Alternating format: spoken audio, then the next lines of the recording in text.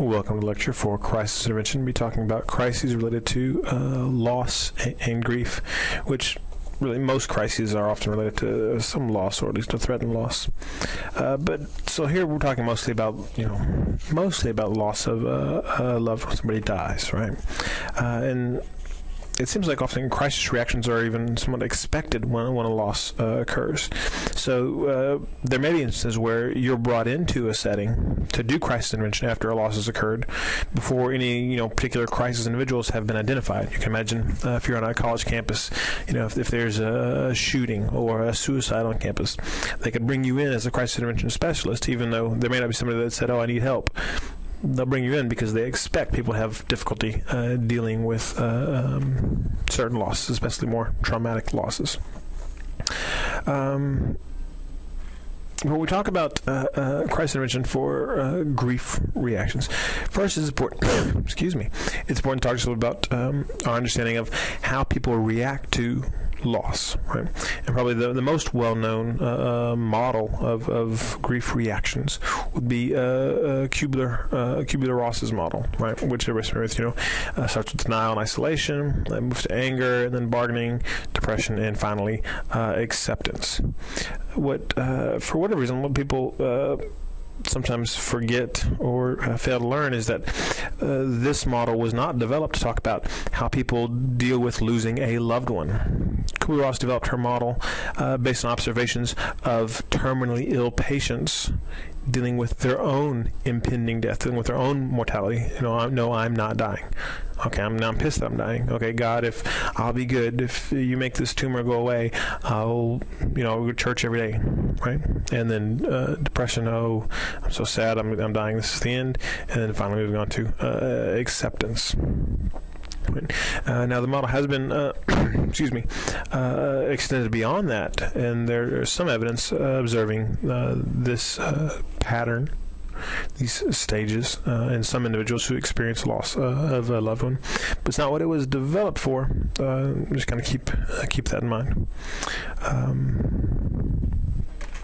And there's the Schneider model, which is a little different. Really focuses on, where you have this kind of initial awareness of the loss, and you move from that toward an expanded awareness, but there's first efforts to limit the awareness, which is similar to denial and isolation. So holding on to memories and the lost person or object, and then letting go, acting as if, okay, well, it's gone, it's never coming back. But doing that in a way to not deal with the feelings. Right? I don't really want to realize how big this is. So it's all gone. It's gone. Fine. And then moving from there on to, okay, now I really realize the impact. So now we're thinking maybe more kind of depression in Kubler-Ross's model. And as you move to this expanded awareness, you gain a new perspective on the loss. And the perspective and the experience leads to potentially transformative growth, which allows you to be more in other relationships, to be more than they were before, because of what you realized you lost before. Right? And then moving away from stage models altogether, you have Rando's 6 focal processes, which talks about the 6 things people typically do when grieving with loss, in terms of recognizing the loss, which is similar to awareness, reacting with pain and the emotional experiences tendent to feeling loss, and then people tend to recollect and re-experience thinking about the person or thing that was lost. And here Rando talks not just about what's typical, but what people should do, that people should think about the good and the bad.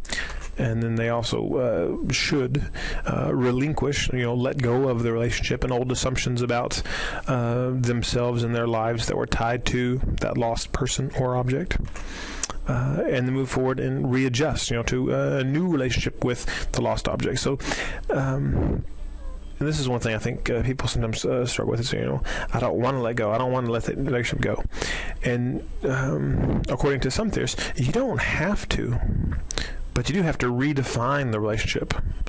The person is no longer physically present. It doesn't mean you can't have a relationship with them, but it won't be the same kind. You have to readjust to this new relationship with that person or object that is no longer physically available to you. And you're adjusting to a new way of being in the world without that other thing or person. And then reinvesting in new relationships, new objects, new pursuits. Basically going on living. Okay, so now depending on which model you're looking at and which theorists are talking about it, some people say, okay, these are how people typically grieve or mourn, right? The stages they go through, the things they need to, or things they typically do. Other people talk about, well, you need to do these things. And Kubler-Ross, for this her model, didn't say, okay, you need to move from denial and isolation, then you need to experience anger before you can get to bargaining. She didn't say that. She said, this is what I've seen in people. There's no idea that you have to move someone from one stage to the next, right? It's just these are the stages people go through to help you understand what they're doing, and that if somebody's really angry, that it's a part of a normal reaction, right? Some of the other models, especially Schneider and Rando's models, lean more toward what they think people should do to grieve appropriately, right? And there are plenty of people out there that will tell you how to grieve, and lots of books you can buy on how to grieve the right way. But one thing that the science has suggested is that there may not be such thing as a normal grief reaction. Right? Well, you're supposed to, if you grieve this way, that's normal and you're going to be okay. If you grieve any different than this, then you may not be okay, and it's abnormal and maybe even pathological. Right? Especially when we look at these stage models of grief, if you try to think of them as distinct stages and ones that are moved through in a linear fashion, where you go from one to the next and you can't go backwards, or you can't experience denial and anger at the same time because they're two different stages. There's little support for that, even looking at the way it's supposed to be looked at in terms of terminally ill patients. So some people may look like they're going through stages of grief, but by and large, that doesn't seem to be how people experience grief in terms of these kind of finite, okay, you're this way and then you're this way. People are multiple ways all at once, and they become angry and are maybe in some denial, and then they may achieve some level of acceptance and then go back to bargaining and then and all the while be depressed. Right, so limited support for the stages of grief, both as distinct stages and as kind of this linear model. In terms of the amount of time spent grieving or mourning, well, if you grieve this long, it's okay. Any longer than that, that's a problem. Not necessarily. The amount of time spent grieving or mourning doesn't seem to be predictive of later functioning. Looking at it both ways, people that grieve what you may think of, or we may think of as too long, or people we may think of, they didn't grieve long enough, you're moving on too quickly. No consistent evidence showing that there's kind of this time frame that, okay, yeah, about this long, about 6 months you should grieve for. Too much less, it's bad. Too much more, that's bad. No evidence of that, looking at large groups of people. Right. And then even what sometimes runs counter to people's and counselors' expectations is this next one, that withholding or suppressing sadness is not necessarily pathological. And this is really hard, I think, for counselors and counselors in training to wrap our heads around, because we always think, well, people need to grieve. You need to be sad. If you're not being sad, if you're not visibly grieving and mourning, you're holding it in, you're denying, and it's going to come back and bite you later. Sometimes, yeah. For some people, no, not at all. They don't visibly grieve or mourn, and they go on and have happy, healthy relationships. They're happy. They're joyous. They're in love. They're doing all the things that they're expected to do in terms of going to work and going to school or whatever. And they never grieved where people saw them, right?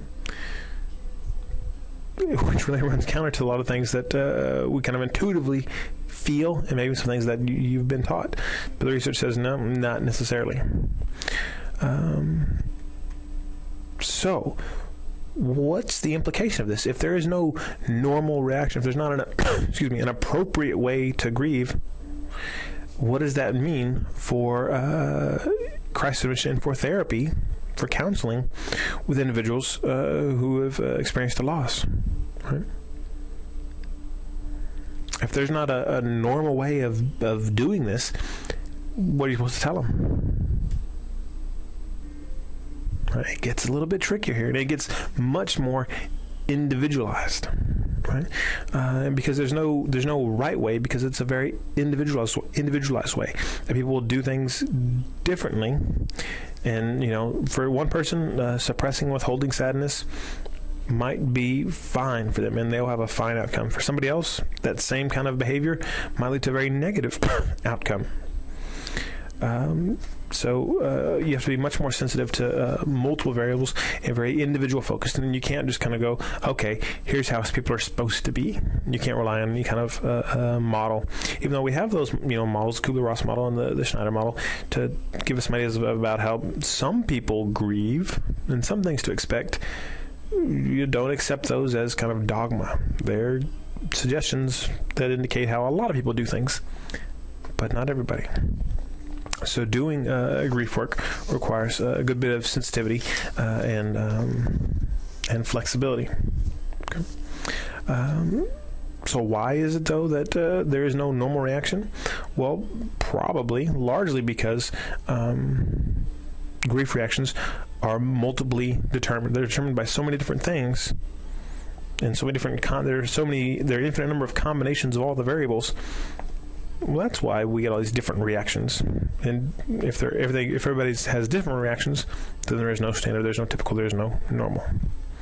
So in terms of some of the determinants of a person's reaction to loss, a lot of times it has to do with characteristics of the loss itself, in terms of in somewhat an interplay between the loss and the person's psychological distance from the loss. Right. So in here, thinking about how close you were to the thing or person that was lost. If it's a first-degree relative that you lived with, spent lots of time with, and knew well and cared about, versus, it's your great aunt who you saw, twice at the holidays over the past 20 years. Not that psychologically close to that person, right? If it's your identical twin, probably very, very little psychological distance there. A lot of time together, lots of similarities in terms of obviously appearance and identity.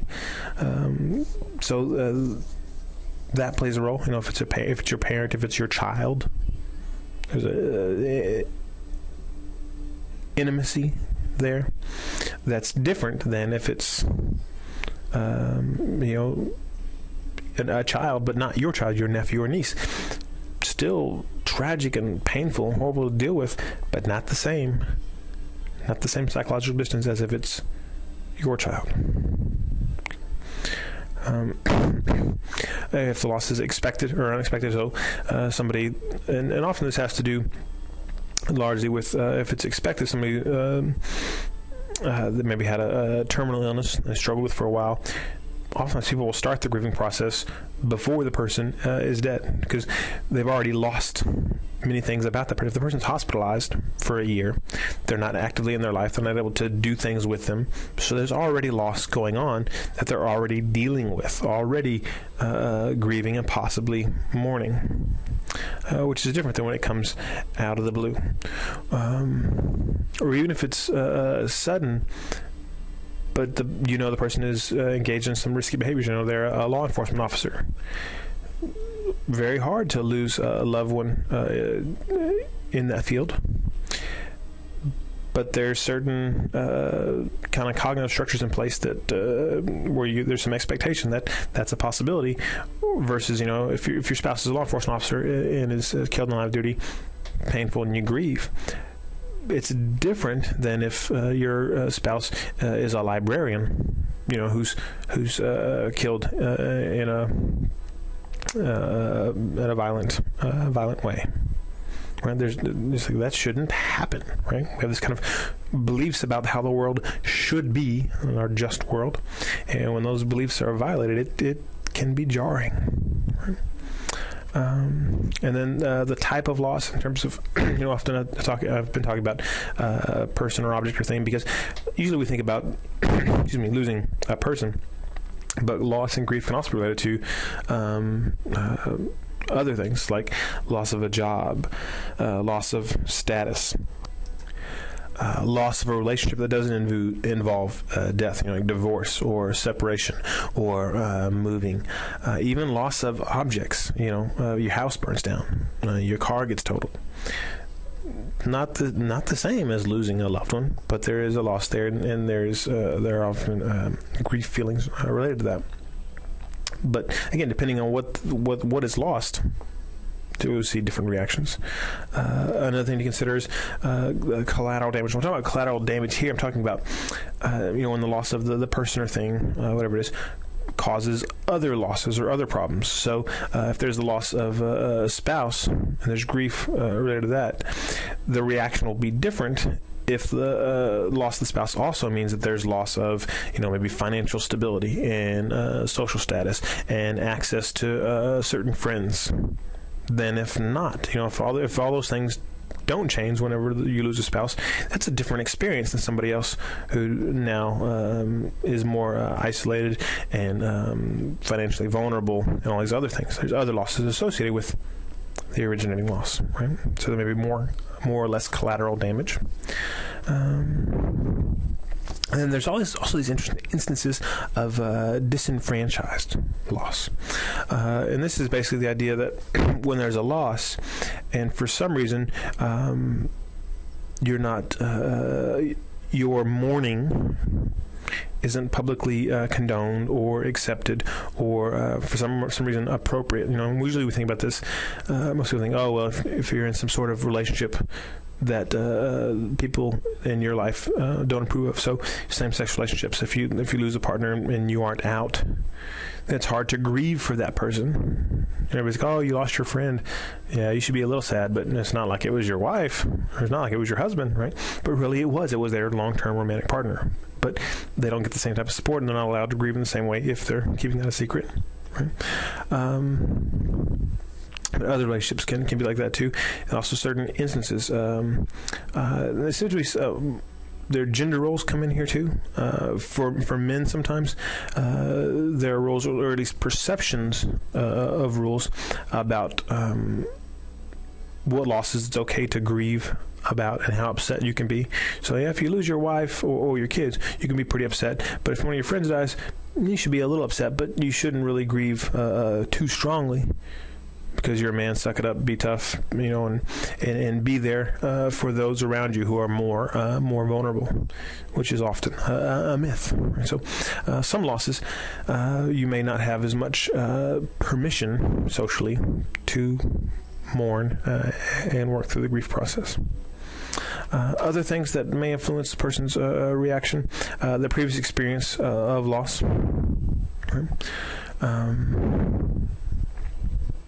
How many, what kind, lots of things there. Another big one, age and developmental level. So we think about kids experiencing loss. They experience it differently than adults, partly because of experience, and not all kids will experience it the same. And it's not just cognitive level, that's a big thing, but also kids' own life experience. So a kid who has grown up experiencing multiple losses, and they experience one more, different than a kid who's been kind of sheltered in this lovely childhood bubble and experiences a major loss, and it's the first loss they've ever experienced. Never lost a pet or anything, and then they lose their mom. Different experience for that kid than some other kid who grew up more familiar with loss. So the experiences still play a role there, but also kids think differently. It's not just that they don't know as much. It's not just an amount of information. It's qualitatively they think differently than adults. And hopefully you're familiar with Piaget's cognitive theory and the kind of the stages kids move through, which is fairly. It's more or less a stage model where kids do tend to move from one type of thinking to the next. But one thing to kind of keep in mind related to loss is that younger than age 10 to 12, so we're talking before they have abstract reasoning, they may not think of death as permanent, or as irreversible, right? So they tend to be more concrete thinkers. And so you need to talk to them about death at that level, right? And then kids that are a bit older, and especially kids that are in that 12 to 16 range, now they're capable of abstract thought, and they're able to realize that it's not reversible and that it's forever. But they don't have the same level of emotional maturity or the same level of experience as most adults. And so they're going to have a heck of a lot of questions about the meaning of it all, and they may have difficulty coming up with any kind of answers. But they'll have a lot more questions than maybe some younger kids who those questions won't occur to them because they can't think that way yet. So we're doing intervention with kids related to loss. You have to take into account their personal experiences and also their cognitive level and at what level they understand death. Okay. Excuse me. Older adults, another group that developmentally might be different than working with the adults in general. When we talk about adults, we're talking about this huge range, right? From 18 up to 60, 65, and then older adults are talking maybe 65 and up, maybe even the old, 75 and up. Where in older adults, the work may be different, and as a rule, older adults don't experience significant cognitive decline. Mild cognitive decline is a rule, but not significant. But some do. Some experience, dementia, and so you have to be aware of that. But they're also typically more aware of their own mortality because they often have experienced more loss just because they've been around longer. The longer you live, the more people that you know are gonna die. Right, so they've had more loss experiences, or richer loss experience, and that makes them working with them a little different than working with other adults. Okay. Another thing, and this is a huge one, is culture. And there are cultural norms and cultural rules for how to grieve, and sometimes. It's interesting. Sometimes individuals don't seem to fit in their culture. Like the way that they feel they need to grieve or should grieve doesn't fit with the way that they feel their culture tells them they should grieve. There may be mismatches there, which is important to be sensitive to. But you also need to be sensitive to the fact that somebody may be grieving in a way that seems really inappropriate to you,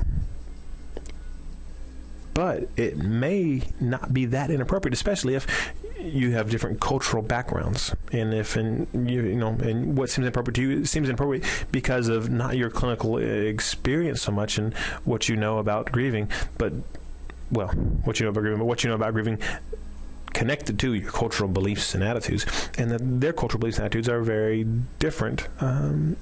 So you have to be sensitive to those differences too.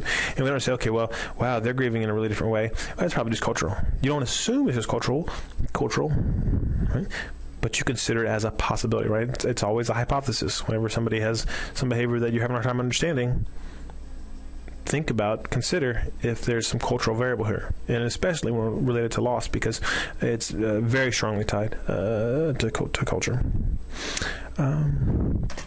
And the last thing to think about in terms of determinants of grief reactions is psychopathology, pre-existing psychopathology. I'm not hear about people who may have already have experienced mood disorder. People with thought disorders, psychotic disorders, will experience grief differently than people that don't have those previous experiences of psychopathology. So you need to be sensitive to that context as well. While I'm on the subject of psychopathology for a second,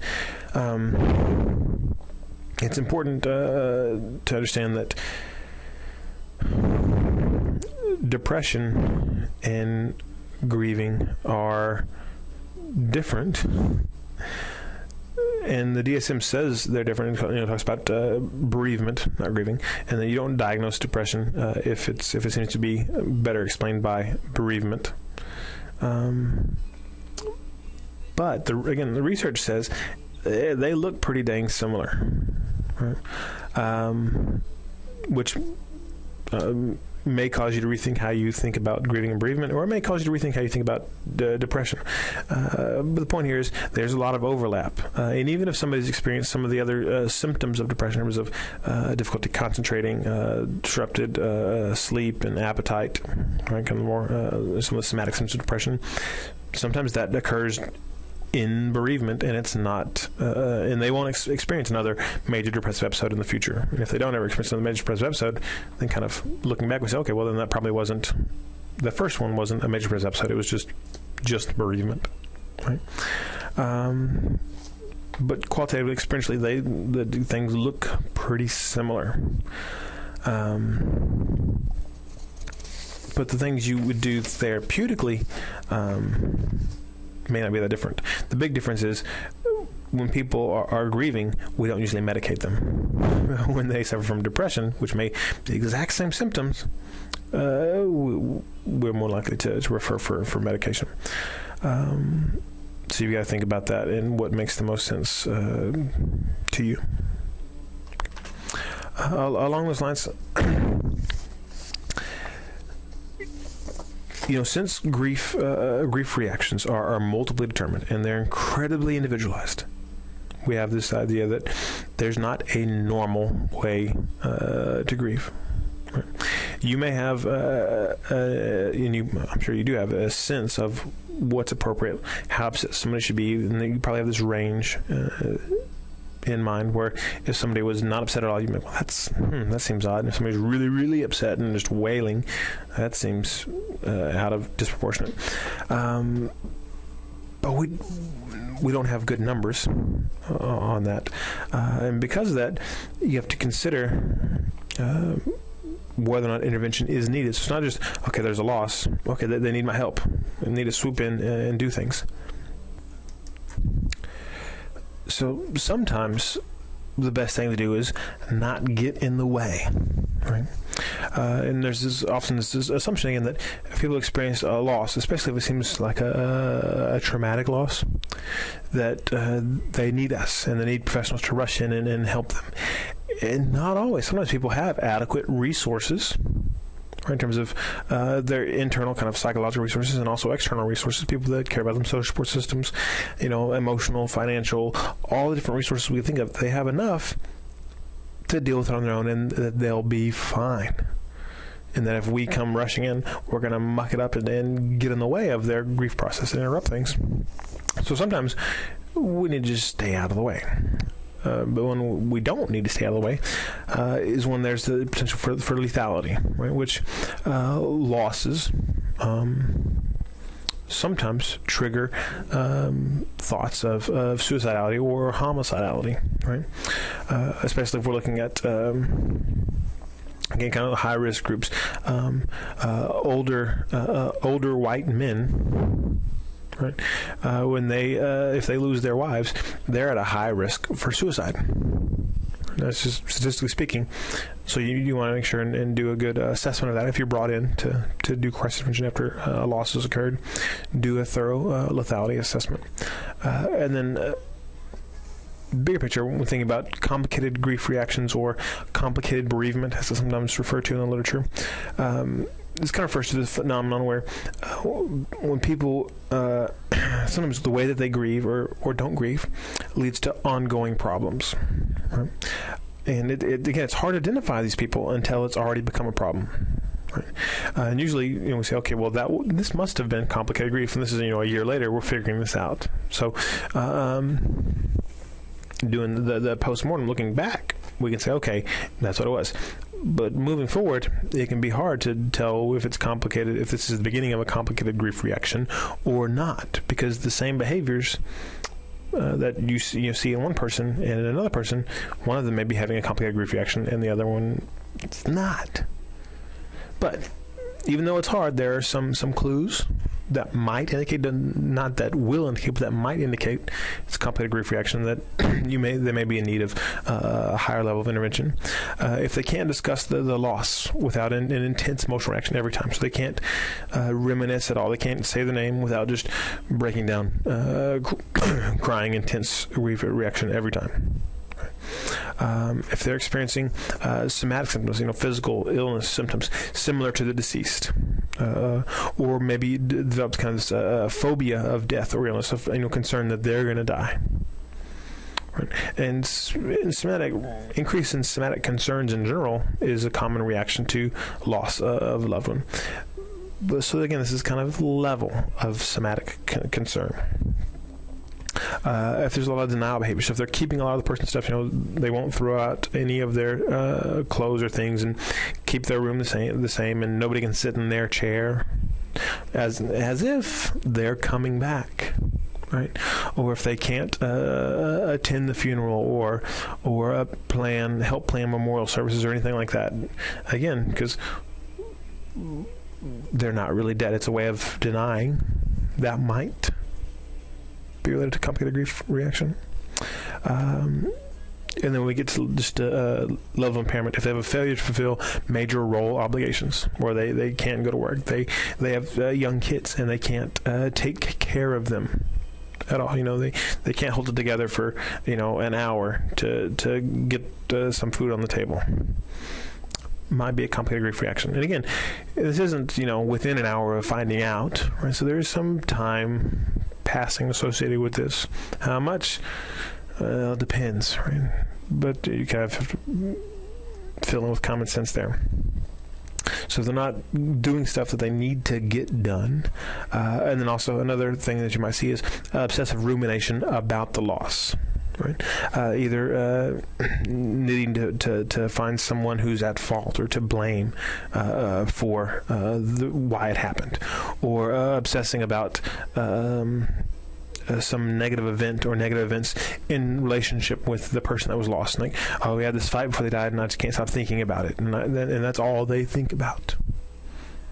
Could be complicated grief reaction. Right? Excuse me. So if a number of these things are present, it may indicate a need for more intervention. But even if they're not present, right? So there's a loss, they're grieving, and I said earlier, don't get in the way. But it doesn't mean that I think you should always be completely hands off, because they may be just fine if you leave them alone.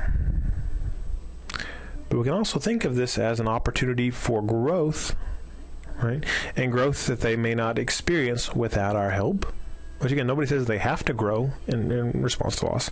But if that's something that they want, that they would seem to value, then maybe we can play a role in that.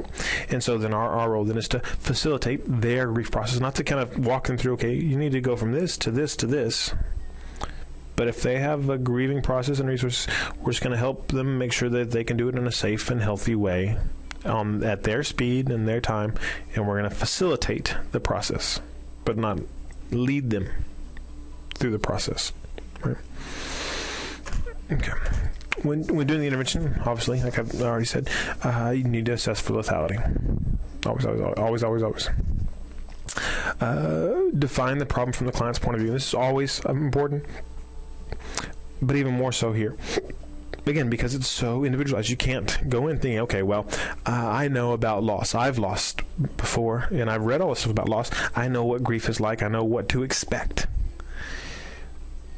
Good for you, and it will probably help you. But their experience may be different than what you expect. You have to be open to that and really work hard to follow their lead. Empathic listening, again, always important, especially important in this setting, and to really have the skills to be present and attentive and not imposing your own stuff on them, which means you got to take care of your own stuff related to loss before you do this work, obviously. But one of the big things you can do when listening empathically is give them permission to mourn, because it's kind of one of the meta messages we give to people when grieving, is that they shouldn't grieve. They shouldn't grieve in front of us. They should grieve alone or with family. People start talking about sad things. We'll go, oh, well, I'm sure it'll get better. Everything's going to be fine. We pat them and tell them, which basically saying, stop crying in front of me. I don't want to hear it. Shh. Right? Which, as a counselor, you don't want to do. You want to say, yeah, you want to wail and scream and cry? Go ahead. That is fine. I'm not telling you have to do it, but I'm okay with it. And I'm telling you that by listening and not stopping you when you do begin to show emotion and grieve and even get angry at the person who's gone. I don't tell you, you really shouldn't speak ill of the dead. I'm not going to do that. I'm going to give you permission to mourn however you feel you need to mourn. Another thing you're probably doing there is allowing for a release of grief energy. Again, kind of psychodynamic concept, but yeah, there's a lot of emotional energy that builds up after a loss, and they may have a hard time finding an outlet for it, because especially if everybody else around them also experienced that loss, right? So everybody's being strong for everybody else, so nobody's talking about it. Everybody's holding it in. Where normally when something bad happens, you talk to your family and friends about it. But sometimes when there's a loss, you feel, well, I don't want to burden them with my feelings because they're dealing with the loss too. Right? So if that's the case, okay, we're not going to make you talk to your family about it, but I'm going to let you talk to me and let some of the energy go, which will then free you up to do some other things you need to do. When doing the work, I would recommend you don't use any euphemisms for death. Going to a better place, passing on. Say death, died. So it's been 2 weeks since your mother died. They're dead. Using a soft word isn't going to change that. And what it is going to do is tell them, I'm not comfortable talking about death. So really, you not talk about it either. I'm going to use these softer words because it makes me feel uncomfortable, and you should feel uncomfortable too in talking about it. No, hey, it's ironically a part of life, right? Everything that lives dies, and it's important to be honest about that. Again, because we're talking about crisis intervention and not necessarily long-term therapy, you need to address their immediate needs, which may involve, again, major role obligations. Do they have kids? Is somebody going to take care of the kids? Funeral arrangements. Being able to point them in the direction of the resources they need to get those things done, and being familiar with different religious and cultural rules about burial, sometimes helpful in terms of knowing how much time can pass before burial needs to occur, right? Because there are different rules for that depending on what faith the person might be, if they are practicing any particular organized religion. Making those arrangements, finding life insurance policies and other documents to make sure that the house doesn't get repossessed while they're in the process of grieving over the next 3 to 4 months. Right. Psychoeducation, which is especially important for kids, and again, depending on their understanding of death, and kids may not be able to understand it well, and they may have some misunderstandings that can be problematic. They may think that the two most problematic things to look out for, I think, with kids, one, that they blame themselves for the death, right? And kind of this magical thing, and they think that if they got mad at the person and said something, they think maybe that made them die, right? Or think that they're going to die themselves now because this other person died and they didn't expect them to die.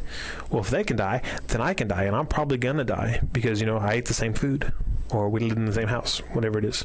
So you educate them about those things, clarifying any misunderstandings may be important. And then the last thing is your intervention will probably involve some discussion of spirituality and a search for finding meaning related to the loss. And this is something that is tricky. I think it's important for a lot of people, but the tricky part is not entangling your own stuff and your own views on spirituality and God or religion with theirs, and letting them have their own beliefs and supporting their exploration of how those beliefs make sense. And if somebody is tells you that they're angry God and they don't believe in God anymore, not your job as a therapist to say, don't say that, right? There's a reason for everything. God has a plan, right? That's not therapeutic. That's you being defensive about your spirituality, probably, right? Meet them where they are, follow the emotion, and then help them find meaning. And when you help them find meaning, you're not doing it in terms of leading them to some understanding, because even if you have developed an understanding of loss and inexplicable losses, whenever a parent loses a child to a tragic accident, if you found some way of understanding that, of gaining perspective on that, one, good for you. But two, it's not your job to lead them to your understanding, right? Because that may not be the understanding they need. They need to find their own understanding. So when helping them connect with a sense of spirituality and finding meaning, your job is to be a partner in the search with them, not a leader, okay, which is can be hard to do, to pull back and not be directive there, because we often feel very strongly about those things. Okay. For your discussion question, actually, it's three little things here. I want you to think about generating responses to some statements that may have been made by clients who recently lost, a partner or a family member. So the first one is a 75-year-old man who lost his wife, and he says, in the course of doing the intervention, I just can't imagine how I can go on without her. So if a client says that to you, what's your response? What do you say back to him? Second one, a 43-year-old woman who lost her father, and she says, that bastard never cared for anyone but himself. What's your response there? And then the third one, 45-year-old man who lost his daughter. I can't believe my last words to her were said in anger. I'll never forgive myself. Okay. So for each of these, I want you to do two things.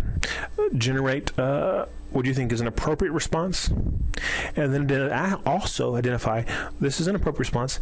Here's what an inappropriate response would be. So I would say this. A naive therapist, a bad therapist, a therapist who didn't have their stuff together might say this. So what's a good thing to say, and what's an inappropriate thing to say? Okay. That's all for now. Take care.